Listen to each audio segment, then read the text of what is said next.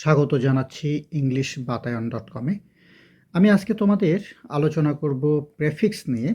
তোমরা জানো যে ভোকাবুলারি শেখার একটা সহজ বুদ্ধি হলো এই প্রেফিক্স সম্পর্কে ধারণা নেওয়া। প্রেফিক্সগুলো জানলে তাড়াতাড়ি ওয়ার্ড মিনিং শেখা সহজ হয়। মানে বিষয়টা হচ্ছে অনুমান করা সহজ হয়।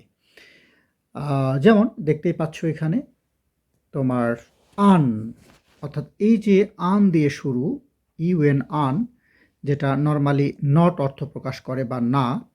যেমন আমাদের জানা আছে হ্যাপি শব্দ মানে সুখী, এর সাথে আন থাকলে আনহ্যাপি, এটা আমরা অনুমান করে নিতে পারবো যদি আমাদের এই আন মানে জানা থাকে।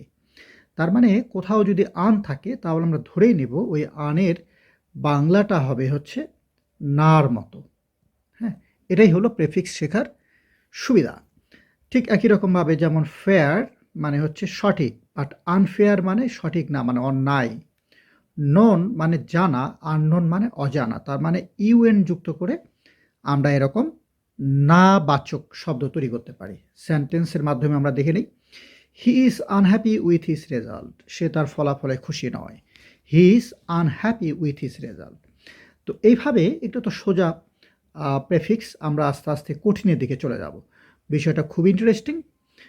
তুমি শুধু খালি মনোযোগ দাও তাহলেই বুঝতে পারবে। এবার দেখো এইখানে রি, রি মানে হচ্ছে আবার বা এগেইন।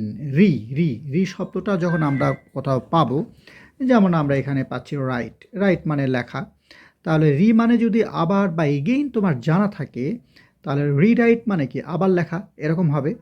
যেমন আমরা আন সমান আমরা না দেখেছি, তাহলে এখানে এই রি সমান আমরা দেখব আবার বা পুনরায়, এরকম যদি কোনো পরিচিত শব্দের সামনে থাকে। যেমন টার্ন মানে কোনো দিকে ফেরানো, আর রিটার্ন মানে ফিরে আসা উল্টো দিকে। ইউজ থেকে রিইউজ, পুনরায় ব্যবহার করা, আবার ব্যবহার করা। ইউজ, রিইউজ, রিটার্ন, রিরাইট, এগুলো হচ্ছে প্রেফিক্স। একটা বাক্যে আমরা দেখি, the teacher asked me to rewrite the paragraph. To rewrite the paragraph মানে প্যারাগ্রাফটা নতুন করে লেখার জন্য স্যার আমাকে বলেছেন।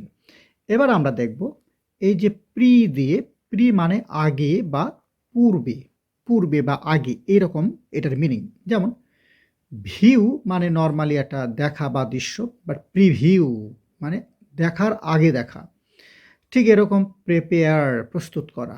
প্রি টেস্ট, টেস্ট মানে হচ্ছে পরীক্ষা নিরীক্ষা করা, কিন্তু প্রি টেস্ট মানে পরীক্ষা নিরীক্ষার আগে পূর্ব পরীক্ষা, এরকম আর কি।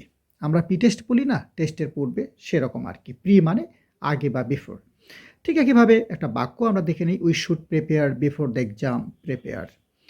এবার আমরা 4 নাম্বার ডিআইএস, ডিস যদি কোনো শব্দের সামনে আমরা পাই তাহলে আমরা ধরে নিব এটা অপোজিট একটা মিনিং প্রকাশ করবে, অপোজিট মিনিং। যেমন লাইক মানে যদি পছন্দ করা হয়, তাহলে এটার অপোজিটটা কি আসলে? অপছন্দ করা, অর্থাৎ ডিসলাইক, এরকম। তোমার শুধু খেয়াল রাখতে হবে এই যে ডিস মানে নট বা অপোজিট, এরকম অর্থ প্রকাশ করে। ঠিক যেমন অনেস্ট থেকে ডিসঅনেস্ট, এগ্রি থেকে ডিসএগ্রি। ব্যাপারটা কিন্তু ভেরি ইন্টারেস্টিং, তোমাকে মজা করে পড়তে হবে। ভোকাবুলারি একই সাথে বাক্য তো আমরা দেখেই যাচ্ছি। এরকম মিস যদি কোনো শব্দের সামনে থাকে তাহলে সাধারণত আমরা ভুল ধরে নেই।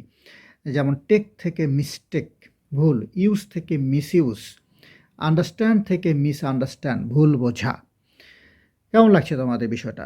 খুবই ইন্টারেস্টিং না? ইন্টারেস্টিং। ভোকাবুলারি ডেভেলপমেন্টের জন্য প্রেফিক্স শেখাটা আসলে খুবই খুবই কার্যকর। এবার আমরা আরও একটু নতুন নতুন প্রেফিক্স দেখি। এই যে আই এম, ইম যদি আমরা কোনো শব্দের সামনে দেখি, বা ইন যদি দেখি, ইম অথবা ইন, ইমও হতে পারে ইনও হতে পারে, তাহলে সেটার অর্থ আমরা ধরে নিব না। যেমন পসিবল, এটার সাথে সাধারণত ইম বসে, ইম্পসিবল। এখানে কিন্তু তুমি আবার যেন ইন না দিও, হ্যাঁ। এটা হলো ইম্পসিবল। Active inactive. খেয়াল রাখতে হবে কিন্তু অ্যাক্টিভের সামনে ইন আর পসিবলের সামনে ইন। কারেক্ট, ইনকারেক্ট অনেকেই কিন্তু ভুলভাল আনকারেক্ট এরকম শব্দ বলে ফেলে আসলে। ওইটা কিন্তু ভুল, ইচ্ছামতো বসানো যাবে না। যার সাথে যেটা ম্যাচ করে। তাহলে এগুলো না-বাচক অর্থ প্রকাশ করলো। একটা বাক্য দেখি, "it is impossible to finish the work today." এবার আমরা সাব শব্দটা দেখব। সাব মানে আন্ডার বা নিচে। নরমালি আমরা এসইউবি সাব আমরা অফিস সাব অফিস বলি না? মানে অফিসের অধীনে আরেকটা অফিস সাব অফিস। সাবমার্সিবল মানে যেটা নিচে এরকম আরকি। মেরিন থেকে সাবমেরিন নিচে, ওয়ে থেকে সাবওয়ে ভূগর্ভস্থ। সাবস্ট্যান্ডার্ড মানে স্ট্যান্ডার্ড থেকে সাবস্ট্যান্ডার্ড। স্ট্যান্ডার্ডের নিচে মানে নিম্নমানের। তার মানে দেখো এই ৩ টা করে ওয়ার্ড আমরা এখানে পড়ছি বটে। আসলে তো ৩ টা না, আরও আছে, তাই না? আমি উদাহরণস্বরূপ ৩ টা করে দেখাচ্ছি। ঠিক এভাবে বাক্যটা পড়ে নিবে। এবার আমরা পরের উদাহরণে যাই। এখানে দেখো ইন্টার মানে মাঝে বোঝায় সাধারণত, বিটুইন মাঝে ইন্টার। হ্যাঁ? সাধারণত যে ওয়ার্ডের সামনে আমরা দেখব সেই ওয়ার্ডটার বাংলা মিনিং ইন্টার বা মাঝে এরকম আমরা অনুমান করব। যেমন ন্যাশনাল তার সামনে ইন্টারন্যাশনাল। আন্তর্জাতিক, আন্তর্জাতিক মানে কি বোঝায়? অনেকগুলা দেশ একটার সাথে আরেকটা সম্পর্কযুক্ত। অনেকগুলা ন্যাশনাল মিলে ইন্টারন্যাশনাল তৈরি হয়। তার মানে কি? মাঝে, এই অর্থে আমরা ইউজ করলাম। স্কুল, ইন্টার স্কুল, একটা স্কুলের সাথে আরেকটা স্কুলটাকে আমরা ইন্টার স্কুল বলি। ইন্টারঅ্যাক্ট পারস্পরিক যোগাযোগ করা একে অন্যের সাথে। They play international matches. যাই হোক, তো ভেরি ইন্টারেস্টিং। আমার কাছে তো সেটাই মনে হচ্ছে। ওভার আমরা সাধারণত টু মাচ বা বেশি বলে থাকি। ওভার ইটিং আমরা বলে থাকি না? এই যে ওভার ইট অতিরিক্ত খাওয়া, ওভার ওয়ার্ক অতিরিক্ত কাজ, ওভার কনফিডেন্ট অতিরিক্ত আত্মবিশ্বাসী। Do not over it junk food.